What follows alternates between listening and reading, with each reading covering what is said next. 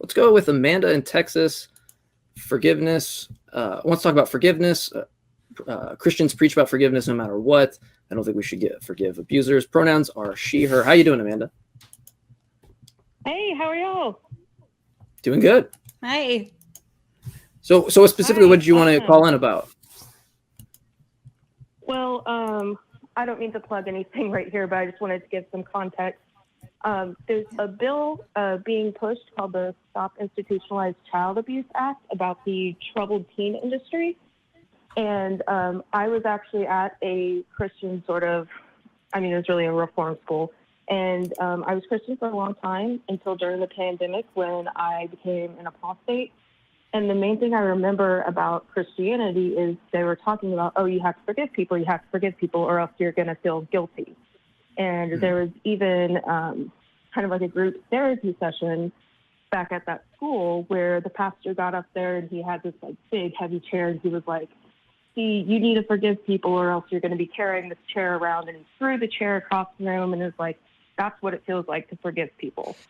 So there's a lot of abuse that goes on at those homes. And I really haven't forgiven the abusers there. And I don't really feel like it's eating me alive or that I'm like carrying a chair on the back of my shoulder.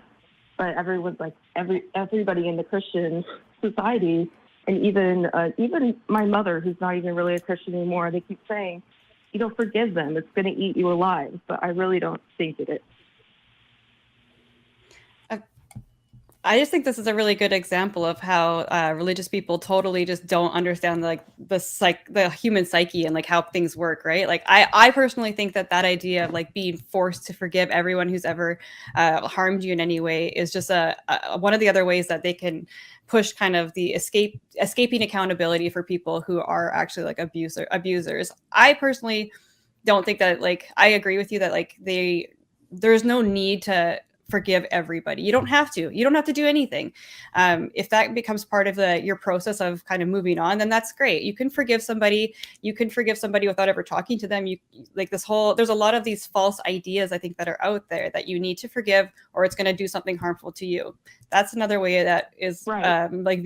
That's further victim blaming. The idea that you have to have some sort of closure, you have to let the person know that you forgive them. That's not like, there's nothing in like, I think psychology that shows that that's a necessary part of moving forward after being traumatized or going through something. I think that one of the other kind of like harmful things that message is it can cause you as somebody who has had something done to you to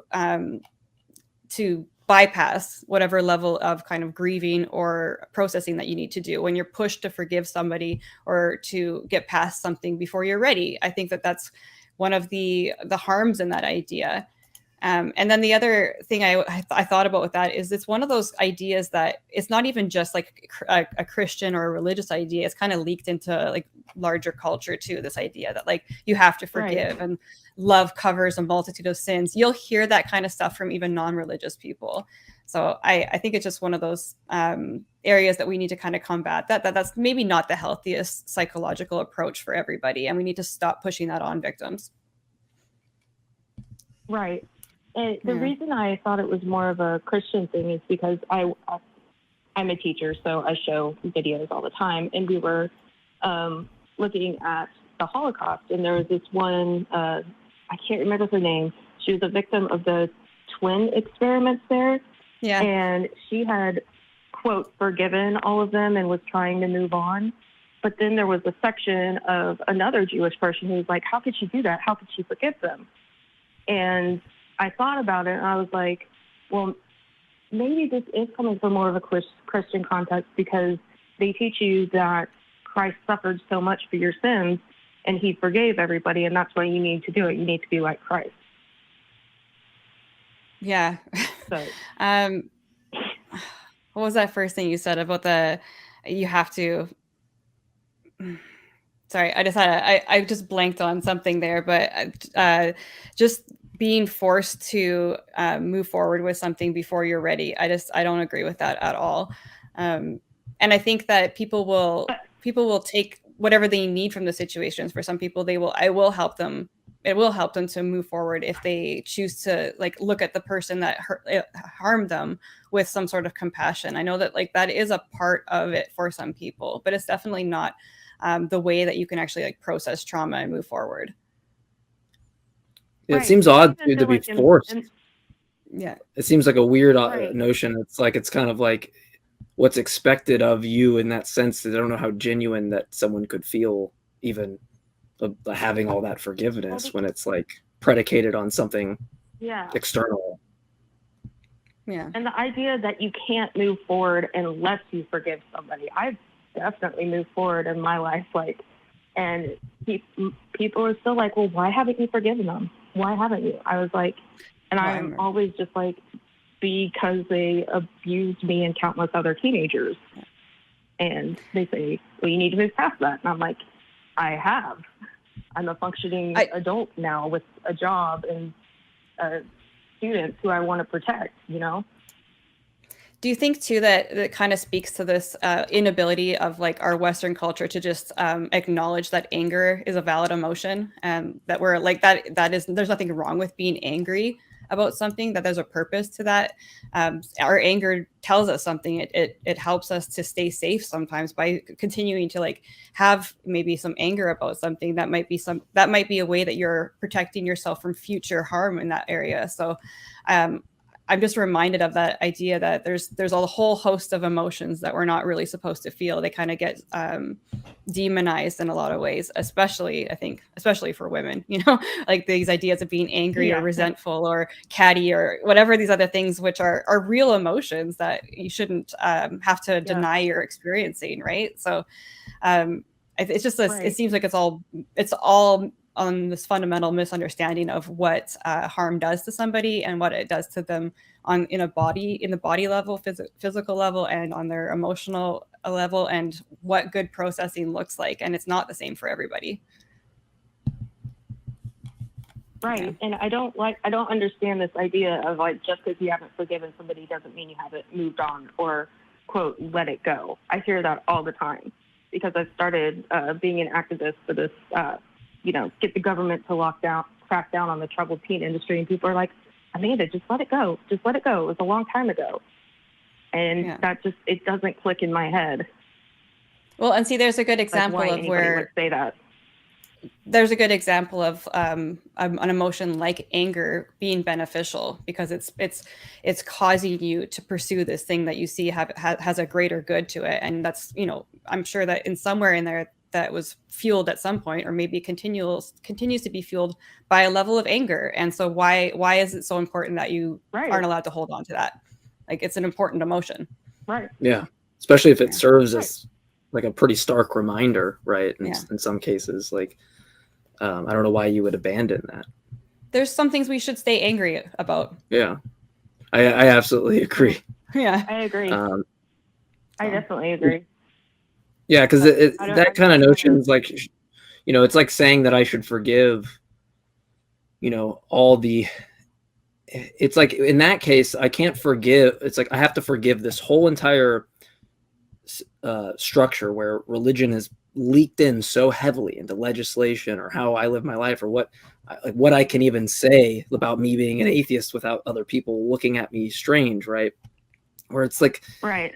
This notion where if I'm supposed to forgive, like, because then I'm expected, like, by that token to forgive what's instilled that in the first place. And fuck no, I'm not going to, would never do it. I want it I want it gone. I want people to come to this conclusion, not forcefully, but I want them to come to the conclusion rationally, right?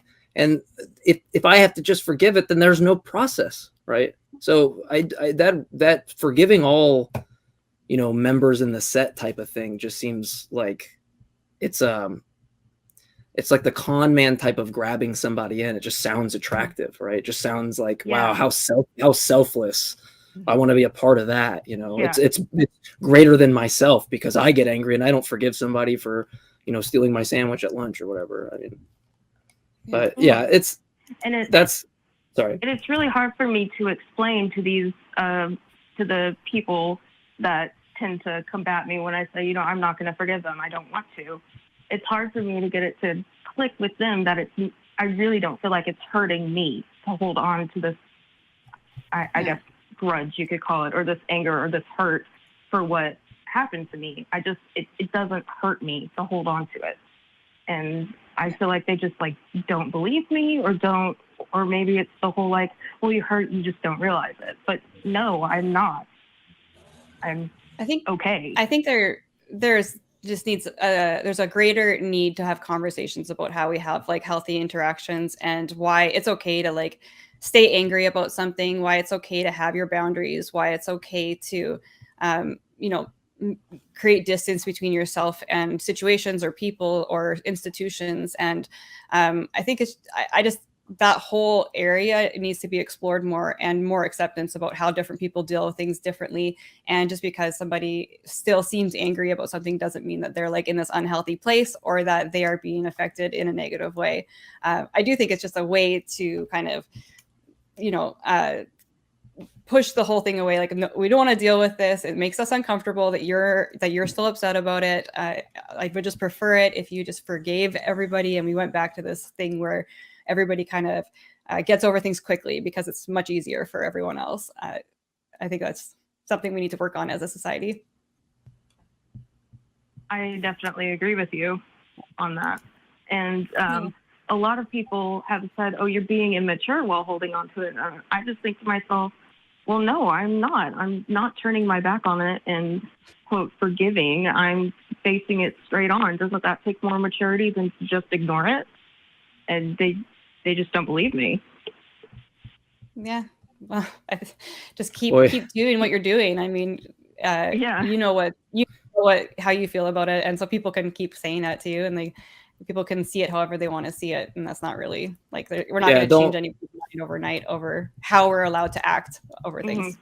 Yeah. Don't let people have that type of power over you in that sense. That's one of the, I don't think I've applied it perfectly, but it's one of the better things that I've applied more recently, is not letting especially when it's something like that's not going to change, right? Your disapproval is not going to change that fact, right? So, I'm not going to let you have that power over me. It's just, no, I'm not going to do it. And better yet, I know I'm right because it's serving as a reminder for me in the future for potentially people like yourself, right? To avoid that. And so, Amanda, I wanted to say as well, because I think I heard you say you're a teacher. I wanted to say thank you for being an educator. We really appreciate that. Oh, thank you for saying that. Definitely. Of course. I immense respect for anybody that is combating what we get just a glimpse of when we have conversations about creationism or whatever it might be, and these debate circles that, it's good to see someone on the front lines trying to correct that from the start. So. Yeah, definitely. I'm more in the book banning side of it. I'm an English teacher, so. Yeah, sure. Sometimes, but still part of it. Still part of the process. It matters. It really matters. So thank you so much, Amanda.